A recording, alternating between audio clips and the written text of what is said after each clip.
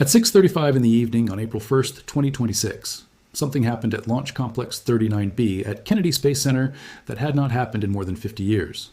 4 human beings climbed aboard a spacecraft, ignited the most powerful rocket ever to successfully carry a crew, and left Earth, not for low orbit, not for the space station, but for deep space, for the moon, for the frontier that the last generation touched and then stepped back from, and that this generation has spent decades building the courage and the technology to reach again. What followed over the next 10 days was not just a mission, it was a series of moments, each one cinematic in its own right, that together form the most extraordinary human story told above Earth since Apollo 17 came home in December 1972. These are Artemis II's greatest moments, in the order they happened, exactly as they occurred, nothing added, nothing exaggerated, because the reality requires no embellishment. The launch itself is where everything begins, and it is impossible to describe adequately in words. The Space Launch System is the most powerful rocket NASA has ever built, generating 8.8 million pounds of thrust at liftoff, more force than any American rocket since the Saturn V. When its engines and solid rocket boosters ignite simultaneously, the shockwave visibly displaces water vapor in the air around the launch pad. The ground shakes for miles, and for the people watching from the beaches and roadsides around Cape Canaveral on the evening of April 1st, 2026, the sight of that rocket climbing through the darkening Florida sky, its exhaust plume lit orange and white against the deepening blue, was something that stopped conversation, stopped movement, stopped time. One of the most memorable pieces of footage from the launch came from a passenger aboard a commercial aircraft who happened to be looking out the window at the right moment, capturing the SLS climbing toward the heavens from a perspective that no ground camera could replicate. That image, a rocket rising past an airliner window framed by the curvature of a porthole trailing fire, became one of the defining visual documents of the mission before the crew had even left Earth's atmosphere. Inside the Orion spacecraft named Integrity, Reid Wiseman, Victor Glover, Christina Koch, and Jeremy Hansen felt the rocket ignite beneath them and knew that the years of training, the simulations, the arguments over procedures, the medical quarantines, and the carefully structured preparation were over. From this moment, it was real. The first day in space was not a day of rest. NASA had designed a deliberate 24-hour orbital checkout phase into the mission before giving the crew permission to press on toward the moon. The reason was straightforward and historically important. Approximately 90% of the Orion capsule's life support system had never been tested with human beings aboard it in space. Commander Wiseman had explained it clearly to journalists before launch. The crew needed to verify that the system could scrub carbon dioxide from the cabin air, maintain breathable oxygen levels, keep the temperature stable, and allow the crew to drink purified water. All the functions that keep human beings alive in a sealed metal capsule hundreds of thousands of miles from the nearest hospital. Pilot Victor Glover used this orbital checkout period to test Orion's manual. Flight controls, putting the spacecraft through its paces in Earth orbit to gather performance data that will shape how future crews fly it on missions to the lunar surface. After every system checked out, NASA gave the crew the go. They pressed on toward the moon. The 24 hours of patience paid off in the form of a crew and spacecraft that arrived at their destination verified, tested, and ready. The zero-gravity indicator has become a tradition on crewed NASA missions. A small soft object that floats freely in the cabin once the spacecraft reaches weightlessness, providing a visual signal to viewers watching from home that the crew has left gravity behind. On Artemis II, the zero-gravity indicator was a small plush figure called Rise. Its name was chosen in deliberate reference to the iconic Earthrise photograph taken from the Apollo 8 mission in December 1968, one of the most famous images in human history.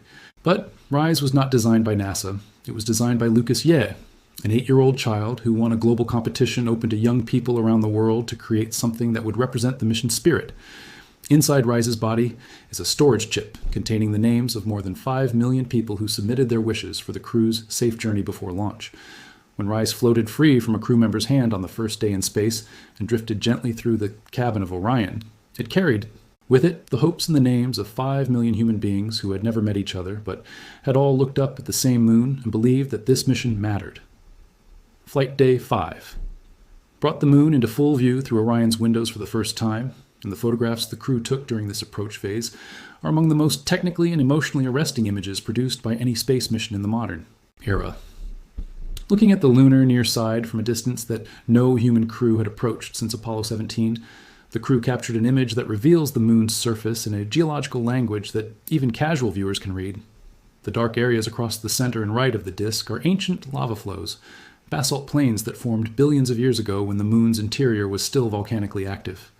They exist almost exclusively on the near side, the side that always faces Earth, a consequence of the moon's asymmetric internal structure that scientists are still working to fully understand. Near the bottom of the disk, a brilliant white crater with rays shooting outward from it like the spokes of a wheel, is Tycho, one of the moon's youngest major craters at 108 million years old. Young by geological standards, but ancient by any human measure. Just beyond the left edge of the visible face, the sharp boundary between the near side and the far side passes through the Oriental Basin, a nearly 600-mile wide impact structure that straddles the two hemispheres and is only partially visible from Earth. These photographs are not just beautiful, they are data. They are the scientific record of how the moon looks from a position no human eye had reached in more than half a century. Flight Day 6 is the day that will be written about for generations. It is the day that contains within it more extraordinary moments than most complete space missions have ever produced. It began with the crew receiving a wake-up call from Charlie Duke, the astronaut who served as lunar module pilot on Apollo 16 in 1972, and who remains one of the last 12 human beings ever to walk on the surface of the moon. That voice, reaching across the decades from the era of Apollo to the era of Artemis, telling the crew of Artemis II that the world was watching and believing in them, was a moment that required no musical score, no cinematic framing, no narration. It was complete in itself. Later that same day, Jeremy Hansen made a discovery that stopped the crew. Looking down at the moon's surface as Orion made its closest approach, he spotted a bright feature on the surface and proposed to name it Carroll, after Ed White's daughter, and in memory of Ed White, the first American to walk in space and one of the 3 astronauts who perished in the Apollo 1 fire in January 1967. Commander Wiseman later described that moment as the most deeply profound of the entire mission. The naming was proposed by the crew while they were still in medical quarantine before launch, a planned tribute that waited for the right moment and found it in the most perfect possible way, above the surface of the world that the Apollo generation dreamed of and the Artemis generation is returning to. Then came the far side. Orion crossed behind the moon and the communications link with Earth went silent. For 40 minutes, Mission Control in Houston heard nothing. The crew was alone, more alone than any human beings had been since the Apollo crews made the same crossing in the 1960s and 1970s. There are no words that adequately describe what that silence means. On one side of the moon, civilization, mission controllers, television broadcasts, social media feeds, the accumulated noise and attention of 8 billion people following the mission. On the other side of the moon, 4 people in a capsule, floating in a silence so complete that the universe beyond the windows had no human context to frame it. When Orion emerged from behind the moon and the communications link reestablished, the relief in the voices of Mission Control was audible. And then came the record. At just after 7 in the evening, Eastern Time on April 6, 2026, Orion reached its maximum distance from Earth, 252,156 miles. That number broke the previous record for the farthest distance any human being had ever traveled from Earth, a record held by the crew of Apollo 13 since April 1970, surpassing it by more than 4,000 miles. 4 people had just traveled farther from their home planet than any human being in the 300,000-year history of the species. The record did not come with a ceremony. It came with a number on a display in a spacecraft passing behind a moon in deep space, witnessed by 4 people who had trained their entire careers to be in that exact moment. The solar eclipse photograph is the image that defines Flight Day 6 aesthetically in the way that the distance record defines it historically. As Orion flew over the moon's terminator, the precise boundary between the sunlit surface and the shadowed surface, the crew captured an image of the moon eclipsing the sun. On Earth, solar eclipses are experienced from below, with the moon blocking the sun from the perspective of ground-based observers. This photograph shows the event from above and beside it. Orion positioned so that the moon's disk blocks the sun's disk, with the sun's corona visible at the edges, and Earth itself visible as a small, softly lit orb at the left margin of the frame, reflecting sunlight from 250,000 miles away. This eclipse was not visible from Earth. It was visible only to 4 people aboard one spacecraft above the far side of the moon. The photograph they took is the only visual record that it happened at all. Science lead Kelsey Young described it with appropriate weight. While the images are inspirational and many of us feel a little of what the crew were feeling, there is a lot of science behind every one of them. Flight Day 7 brought one more historic moment that no previous deep space mission had produced in the same form. The Artemis II crew conducted a ship-to-ship communications call with the astronauts currently aboard the International Space Station. 2 groups of human beings in space, separated by hundreds of thousands of miles of vacuum, speaking to each other from their respective orbital perches. One group at the leading edge of the frontier, the other at its most established outpost. The call was more than a milestone in communications technology, though it was that too. It was a symbol of what human space exploration has become after 65 years of continuous effort, a sustained presence, a network of people, and spacecraft distributed across multiple orbits and multiple missions, working simultaneously toward the same long-term future.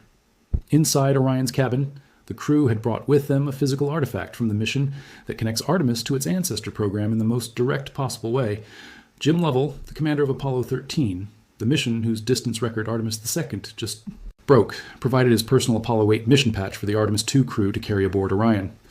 Jim Lovell flew on Apollo 8 in December 1968, the mission that first sent human beings around the moon and produced the Earthrise photograph that RISE, the zero-gravity indicator, was designed to honor. The mission patch from that flight, given by the man who flew it to the crew that just flew past. His record traveled 209,756 miles from Earth and came home to tell that story. The circles of space history close slowly and completely. Return entered the record books just as arrival had. On April 10, 2026, Orion's capsule hit Earth's discernible atmosphere approximately 75 miles above the Pacific Ocean, moving at 24,000 miles per hour, fast enough to travel from Los Angeles to New York in 6 minutes.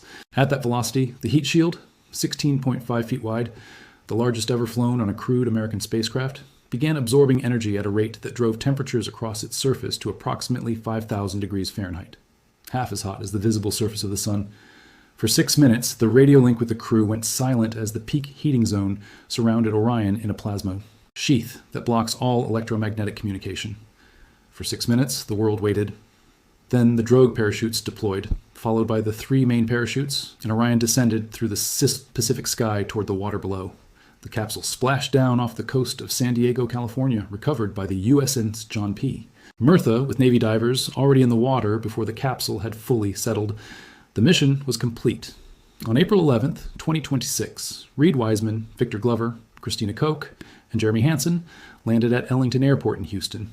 They stood in front of their colleagues, their families, and the cameras of the world and spoke about what they had seen. 252,556 miles from Earth. The surface of the moon close enough to photograph its geology in detail. A solar eclipse visible to no one else alive.